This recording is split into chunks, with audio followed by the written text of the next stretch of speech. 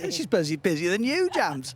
Right, we are now joined by a music legend whose career spans 5 decades, but incredibly, it's his first time at Glastonbury. Gary Numan, welcome to Worthy Farm. Welcome to Glastonbury. Oh, thank you very much. So your first time playing, but is it your first time being here at Worthy Farm? Yeah, it's first for everything. Wow. Yeah, never been to Glastonbury before, never played here before. So Craig Charles on Six Music, he told me he had a campaign going called Glastonbury. Yeah. Is that true? It's worked. Yeah, we Great worked. Campaign. Yeah, here we are. Yeah. Thank you. If that's what caused it, then I'm extremely grateful. Big up Craig Charles. Yeah, I've wanted to do it for a long time, but it's very hard to get because everybody wants to do it, and there are thousands of bands and lots of really good ones, and you're kind of fighting this onslaught of talent from all around the world that wants to come here. So, I was speaking to someone the other day and said, "Why haven't you done it before?" Like you can just pick up the phone and say, "Yeah, I'll do it." Like it just comes to you. So no, it's not like that. Everybody wants to do it. It's a very, very cool thing to be at. So you are chuffed with it then, to get the call and to be like, it's quite affirming at this stage in your career, 5 decades later. Yeah, no, it's amazing. But you must have been aware of the festival over the decades. I mean, did you used to watch it? On TV every year. Well, I did before I moved to America. Yeah. No, that's why you want to do it, because it's such a cool thing to be at.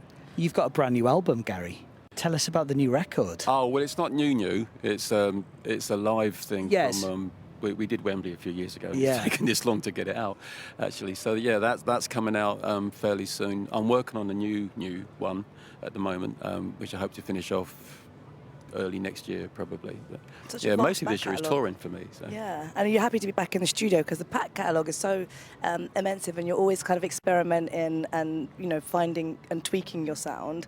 Would you say that has been the sort of key to success? Is you kind of really trusting yourself?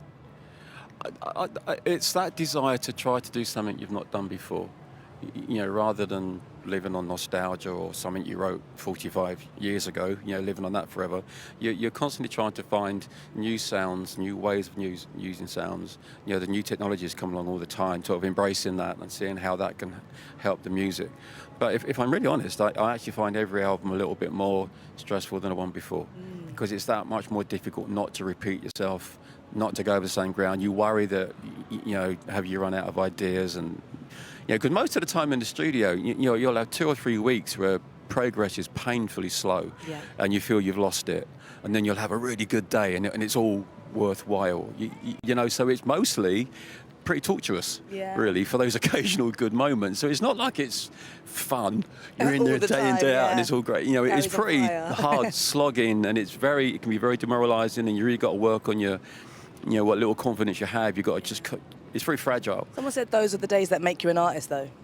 The days when nothing comes. Yeah. Those are the days that just work, chipping away. It's a couple of hours until you play the Park stage. Quite an intimate gig for you, Gary, because you play enormous venues. You've got a big US tour coming up later this year, haven't you? Yeah, going out with Psychedelic Furs in September, October, and then we go straight from that back to here, and I do my own tour here in November, I think it is. Yeah. And then studio, and then when that record's finished, then we'll start again, and then it gets very intensive after that. Oh, you're on a roll. I went to see Billy Bragg playing last night in the left field stage, and he was telling a story that he was in the States recently, and somebody went to him in a supermarket, "Oh, there was a Billy Bragg in the 80s as well." That's funny, isn't it? What a coincidence.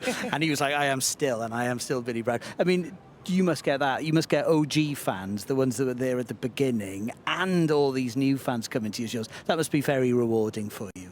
Yeah, I had a weird one this morning, fair enough. We did a show last night. There was warm up for this. And I'm waiting out in the street this morning for the bus to bring us here. And so he went, "It's you, isn't it?" And he said, "You still doing it?" I love that you were in Frome, right? Last night in Frome. I love that you did that. That was good fun, actually. Yeah. Fun. When you do a warm-up for Glastonbury, is it difficult not to go, "Hello, Glastonbury"? Do you do it full No, full I'm not warm-up? practicing it to that degree. It's going to be epic. We're going to show you the set on the iPlayer from the Park area. It's a beautiful area. Have you been up there yet? Yeah, I was briefly when we arrived, then I came down here. So I've seen a little bit of it. Wonderful. Well, we wish you the very best. Thank you so much for coming to see us. Thank you very much. The live album from Wembley is out in a couple of weeks' time. Gary Numan, thank Whoa, you. legend. Thank you so much. Right now, for some more live music. Last night we had a very special acoustic performance with Miles. So let's relive it.